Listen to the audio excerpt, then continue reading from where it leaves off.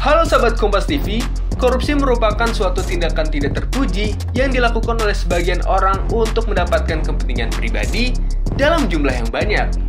Misalnya saja, waktu perdebatan Capres pemilu kemarin, sempat beberapa kali disinggung dan dibahas oleh ketiga paslon. Mereka sepakat kalau korupsi merupakan tindakan yang harus diberantas. Pemerintah harus dapat menjadi lingkungan yang bersih dari tindakan korupsi.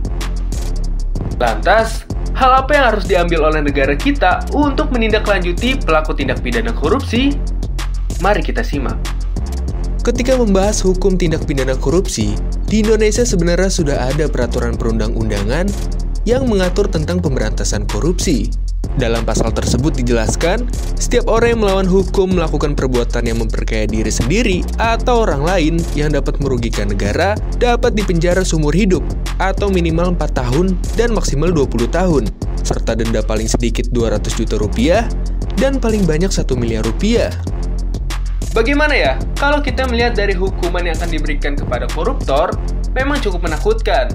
Tapi masalahnya, Ketua KPK yang seharusnya memberantas korupsi, malah jadi tersangka atas kasus suap. Sepanjang tahun 2023 saja, KPK menangani 127 perkara di tingkat penyelidikan dan 161 perkara di tingkat penyidikan. Sementara itu, Polri juga membongkar kasus korupsi sepanjang tahun 2023 sebanyak 431 kasus. Banyak banget kan? Nah, kalau kita membahas sejarah pemberantasan korupsi di Indonesia, itu sebenarnya sudah ada sejak lama dan sudah banyak upaya pemberantasannya. Tercatat, ada 3 masa pembaruan pemberantasan korupsi di Indonesia. Pertama, pada masa Orde Lama. Pada saat ini lahir peraturan penguasa militer yang berlaku di daerah kekuasaan darat, yang kemudian berubah nama menjadi Peraturan Pemberantasan Korupsi Penguasa Perang Pusat. Pada masa ini, terdapat 2 kabinet pemberantasan korupsi, yakni ada Kabinet Burhanuddin Harahap dan Kabinet Ali Sastroamidjojo I. Lalu, pada masa Orde Baru. Pada masa ini dapat dikatakan sebagai masa yang paling banyak mengeluarkan peraturan tentang tindak pidana korupsi, namun tidak efektif dalam penerapannya. Terakhir ialah pada masa reformasi. Pada masa reformasi, keberadaan KPK sebagai lembaga pemberantasan tindak pidana korupsi semakin membaik.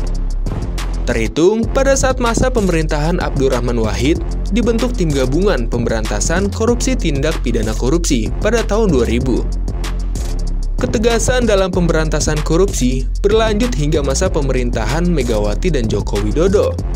Dan pada masa ini yang menjadi kebangkitan KPK. Tak lengkap rasanya kalau kita tidak membahas contoh-contoh kasus korupsi yang pernah heboh di Indonesia. Berikut ialah kasus korupsi terbesar sepanjang tahun 2023.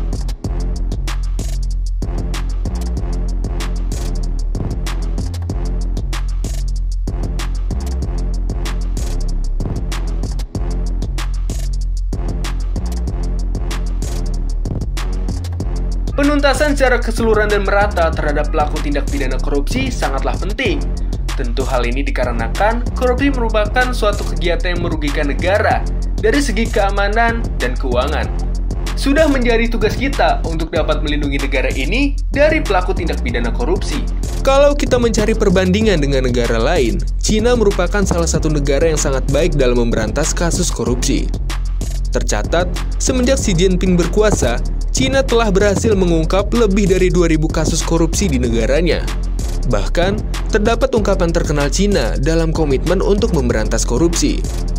Tatkala Zhu Rongji, yang merupakan Perdana Menteri Republik Rakyat Cina pada tahun 98, ia mengatakan, siapkan 100 peti mati untuk para koruptor, dan gunakan 99 peti itu, sisakan 1 peti untuk saya bila saya korupsi.